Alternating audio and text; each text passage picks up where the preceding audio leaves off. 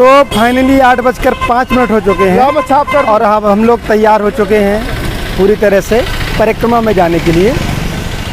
जहाँ जानकी कुंड जिस आश्रम में रुके हैं यहाँ से करीब 2 किलोमीटर या 2.5 किलोमीटर के करीब होगा, 2 किलोमीटर करीब परिक्रमा का मुखार बिंदु, जहाँ से परिक्रमा पैदल चलते हैं। तो वहाँ तक जाएंगे हम अपनी गाड़ी में सभी लोग, और बस वहाँ से फिर पैदल परिक्रमा करेंगे। चित्रकूट जो भी आता है उसके लिए जो मुख्य जगह है, जो मुख्य जिस काम के लिए आता है उसका मुख्य काम होता है कामदगिरी की परिक्रमा करना। तो अभी हम जा रहे हैं कामदगिरी, एक पहाड़ है जिसको कामदगिरी कहते हैं। वहाँ जो मंदिर है उसको कामतानाथ जी का मंदिर कहते हैं। वो पहाड़ है जिसकी भगवान राम प्रतिदिन परिक्रमा करते थे, वो वही पहाड़ है। तो उसी पहाड़ की परिक्रमा करने के लिए हम लोग जा रहे हैं। पहले हम लोग पहुँच गए हैं परिक्रमा के पास। ये सामने आपको पहाड़ नज़र आ रहा है, ये वही पहाड़ है जिसको भगवान राम परिक्रमा करते थे, यहाँ रहते भी थे।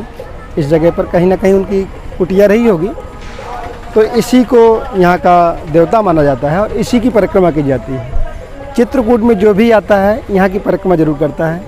ये फ़िलहाल हम लोग खड़े हैं पार्किंग में, ये चारों तरफ गाड़ियाँ खड़ी हैं। ये अपनी गाड़ी हमने पार्क कर दी है, वो सभी लोग भाई लोग मेरे आ रहे हैं और अब हम लोग जाएंगे इधर। ये है परिक्रमा के अंदर जाने का रास्ता। अभी निर्माणाधीन है यहाँ पर कुछ, और शायद बैरिकेटिंग इस तरह से लगाई जा रही ताकि इसके अंदर जानवर न जाने पाए। यहाँ नया गेट बन रहा है, पहले यहाँ गेट हुआ करता था, पता नहीं उसको तोड़ दिया क्या किया है, और नया बना रहे हैं। और इसको इस तरह से अंदर जाने का, यहाँ से ये मुखार बिंद कहलाते हैं। और मुखार बिंद का मतलब होता है पर्वत का मुख, ठीक है, मुख कमल, मुखार बिंद, मुख अरविंद। तो ये जो टीन शेड लगा है, ये हम लोग परिक्रमा मार्ग पे आ गए। ये पैर छू रहे हैं, जैसे ही लोग परिक्रमा मार्ग पे पहुँचते हैं लोग उस भूमि को स्पर्श करते हैं, माथे से लगाते हैं। अब ये देखिए इधर से लोग आ रहे हैं परिक्रमा से और इधर जाते हैं। ये जो भारत का सिस्टम है कि चीज़ों को दाएं रख के चलते हैं, मतलब हमारे यहाँ लेफ़्ट ड्राइव होता है कि बाएं साइड से चलते हैं और दाएं साइड चीज़ों को रखते हैं। मंदिरों की जो परिक्रमा होती है वो मंदिर को दाएं रखते हैं, दक्षिणावर्ती परिक्रमा कहते हैं। तो ये हमारा मंदिर है, ये जो पर्वत है ये हमारा मंदिर है और इसकी हम परिक्रमा कर रहे हैं। तो इसलिए दाएं इसको रखेंगे अपने हाथ के दाएं की तरफ और फिर इसकी परिक्रमा करेंगे। ये हमारा सिस्टम है। ये देखिए लोग व्हील चेयर में भी परिक्रमा करते हैं लोग। जो लोग चल नहीं पाते वो व्हील चेयर से परिक्रमा करते हैं। लोग यहाँ मिलते हैं, पैसा देते हैं और व्हील चेयर से परिक्रमा हो जाती है। सब जगह ऐसा टीन शेड लगा हुआ है, छाया रहती है, चाहे बरसात हो चाहे ठंडी हो। ऐसे बच्चे, बूढ़े, जवान, जिसको भी नहीं पैदल चलना है वो व्हील चेयर से भी परिक्रमा कर सकता है। तो फाइनली हम परिक्रमा में आ चुके हैं। अब हम चल रहे हैं परिक्रमा में। परिक्रमा करते हुए राम नाम का जाप, सीताराम सीताराम अंदर ही अंदर करना है और फिर उसको परिक्रमा को पूरा करना है। ये है पहला मुखार बिंद मंदिर। ये और इस तरह से ये मंदिर में आपको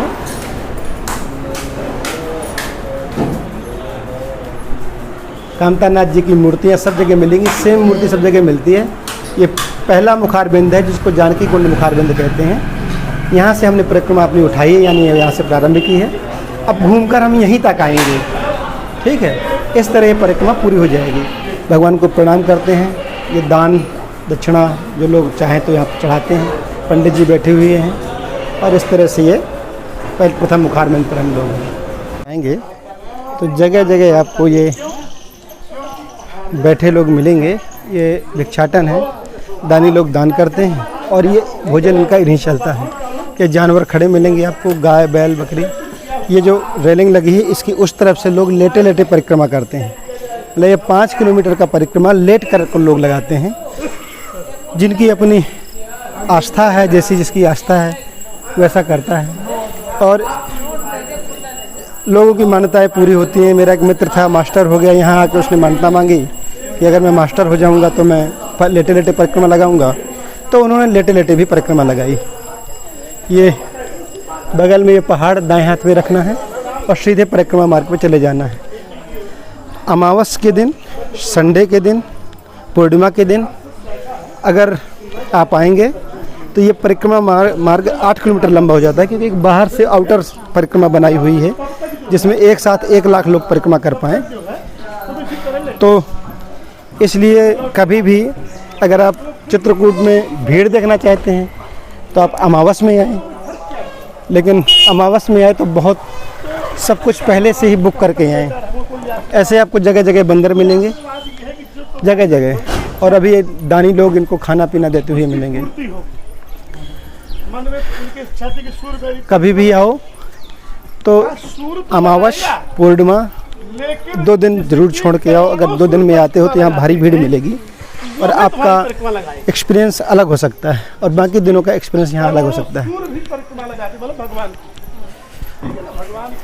अब देखिए, ये आगे दिखाता हूँ मैं आपको। लोग लेटे लेटे परिक्रमा कर रहे हैं इस तरह से। ये लड़की,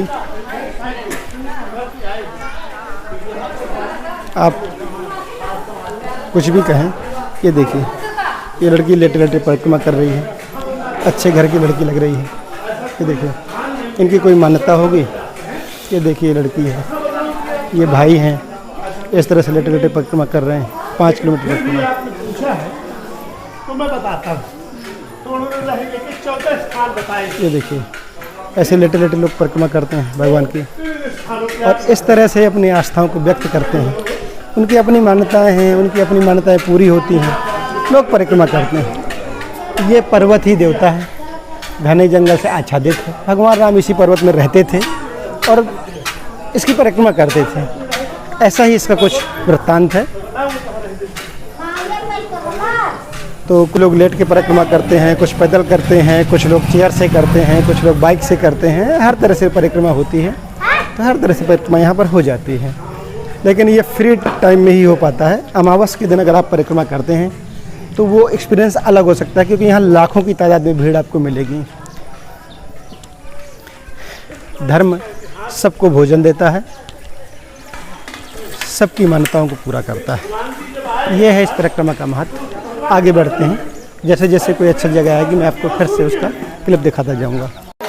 ये देखिए, ये बंदरों का भोजन यहाँ डाल दिया गया है, तो ये अब ये भोजन कर रहे हैं।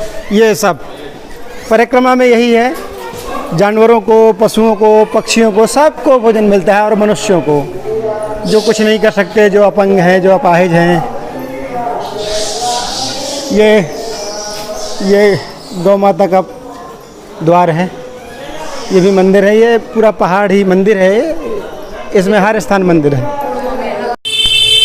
ये वो इस जगह को माना जाता है जहाँ राम और भरत जी का मिलाप हुआ था। जब भरत जी राम जी से मिलने आए थे यहाँ अयोध्या में उनको लेने के लिए, तो वो यहाँ पर मिले थे। वो ऊपर लिखा हुआ है, प्राचीन भरत मिलाप चरण चिन्ह। अंदर चरण चिन्ह है, मंदिर है। आओ अंदर आओ। ये मंदिर है अंदर, और यहाँ भगवान राम और भरत के चरण चिन्ह प्राचीन काल के अभी बने हुए हैं। ऐसी लोगों की अपनी मान्यताएं हैं।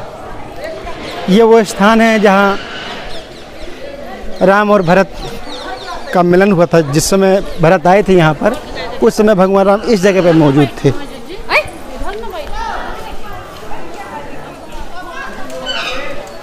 अद्भुत कथा है।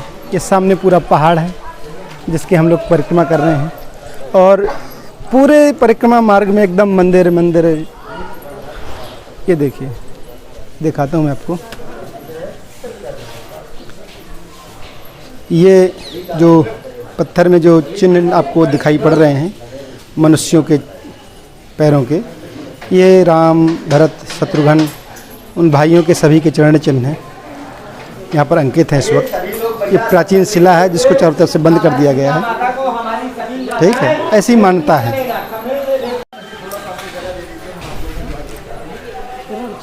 ये देखिए भगवान श्री रामचंद्र जी के पंचिन्ह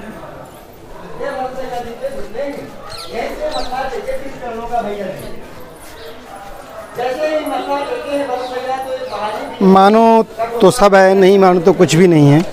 मानो तो भगवान, नहीं मानो तो मूर्ति पत्थर है, इस तरह से। लेकिन अपनी अपनी आस्थाएं हैं और इस आस्था से लोग समझते हैं, मानते हैं। ये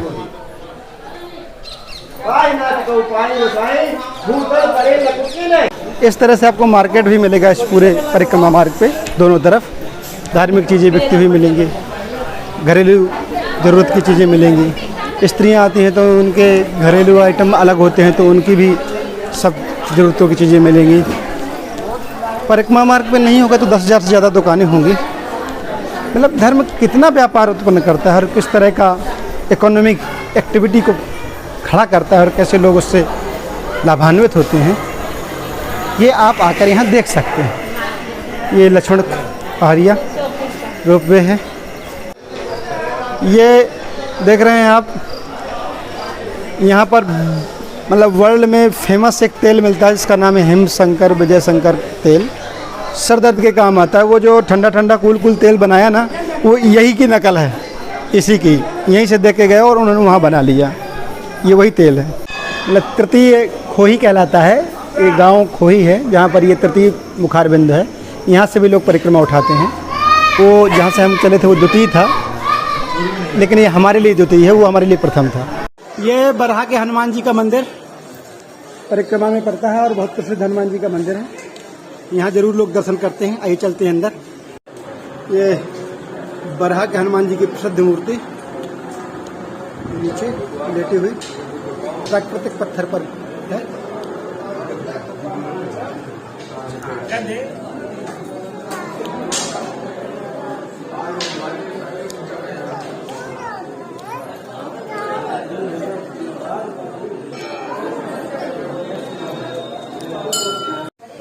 तो फाइनली ये है चौथा मुखारबिंद। हमारी जो यात्रा है वो यहाँ पर पूरी हो जाती है। लेकिन चूंकि हम पहले मुखारबिंद पे नहीं गए हैं तो पहले वहाँ जाएंगे, उसके बाद जो दूसरे मुखारबिंद से हमने चालू किया था फिर हम वहाँ पहुँचेंगे। ये बांके बिहारी जी का मंदिर है चित्रकूट रामघाट में, राम मोहल्ला में, जो कि मुख्य मंदिर है राम मोहल्ले का। मतलब इस परिक्रमा का जो मुख्य मंदिर है जहाँ पर मुख्य पूजन होता है, ये बांके बिहारी मंदिर के उपरांत। फोटो खींच ले एकदम जूम कर।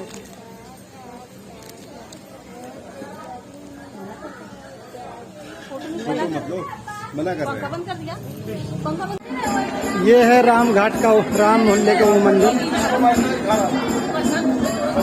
जो कि मुख्य मंदिर कहलाता है कामतानाथ जी का, जहाँ उनके मुख्य दर्शन होते हैं, पूजन होते हैं, नारियल फूटता है और सभी लोग इसी मंदिर में आते हैं, इसी मंदिर के दर्शन करने के लिए आते हैं। यहाँ पर अगरबत्ती लगा दो, यहाँ पे अगरबत्ती लगाओ इधर। अच्छा, पहले प्रसाद चढ़ाते हैं। ये उसका वो मुख्य रास्ता है।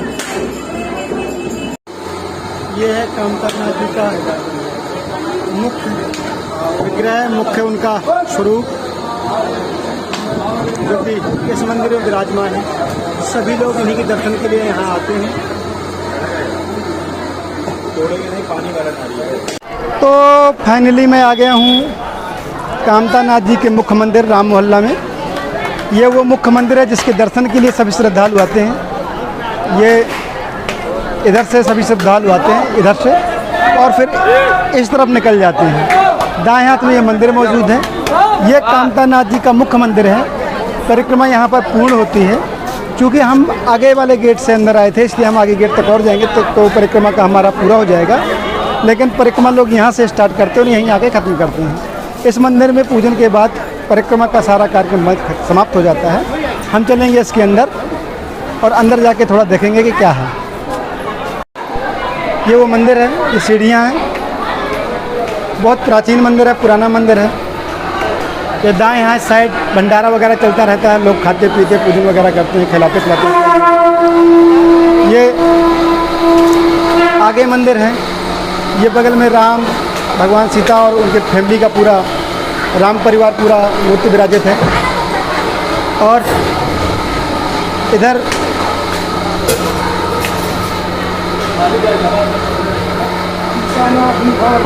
इधर ये मुख्य मूर्ति है भगवान कामतानाथ जी की, जिनके दर्शन के लिए लोग आते हैं, पूजन के लिए लोग आते हैं। यहीं पे सब दर्शन और सब पूजन यहीं पर होते हैं। ये मुख्य मंदिर है और इन्हें भगवान कामतानाथ के नाम से जाना जाता है। प्रथम मुखारबिंद भी कहते हैं। यहाँ पर पूजन होता है। ये बगल में देखिए तोड़ रहे हैं लोग, नारियल अगरबत्ती वगैरह लगा रहे हैं। यहाँ सामने लगाना वर्जित है। तो लगा रही हैं श्रीमती जी, ये आरती कर रही हैं भगवान की।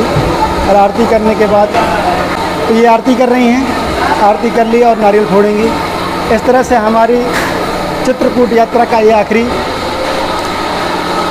सोपान पूरा हो गया।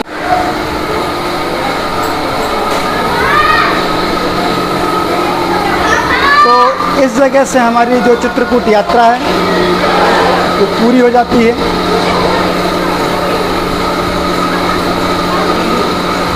भगवान कामतानाथ के दर्शन के साथ ही हमारी जो चित्रकूट यात्रा है वो पूरी हो जाती है।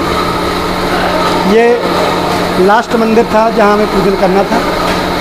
ये पूजा हो गई, नारियल चढ़ा दिया, अगरबत्ती लगी। ये कोई खास पूजन नहीं करना पड़ता। जिसको खास पूजन करना है इधर अलग हॉल बना है, वहाँ बैठ के लोग पूजन करते हैं। यहाँ पर आप केवल दर्शन कर सकते हैं। खाली दिनों में ये भीड़ रहती है यहाँ पर, लेकिन आपको दर्शन आसानी से मिलेंगे। लेकिन अगर अमावस में आते हैं, आप पूर्णिमा में आते हैं, संडे के दिन आते हैं, तो आपको यहाँ पर भारी भीड़ देखने को मिलेगी। इसलिए चित्रकूट आएँ तो अमावस, पूर्णिमा और ख़ास त्योहारों के अवसर पर अगर ना आएँ तो मेरा एडवाइजरी है आपको खुले में आएँ, तो खुले में अच्छे से दर्शन होते हैं। भगवान कामतानाथ सभी की कामनाएं पूर्ण करते हैं। हमने ये जो कामतगिरी पीछे जो पहाड़ है उसका पूरा परिक्रमा किया है। 5 किलोमीटर का परिक्रमा है। यहाँ आके हमारा परिक्रमा पूर्ण हो गया है। इसके बाद हम अपने जाएंगे घर आश्रम, और आश्रम से अपने वापसी डेस्टिनेशन भिलाई। तो मेरी चित्रकूट यात्रा यहीं समाप्त होती है। आप सभी को जय कामतानाथ की, जय श्री राम, और आपका दिन शुभ हो। जय श्री राम।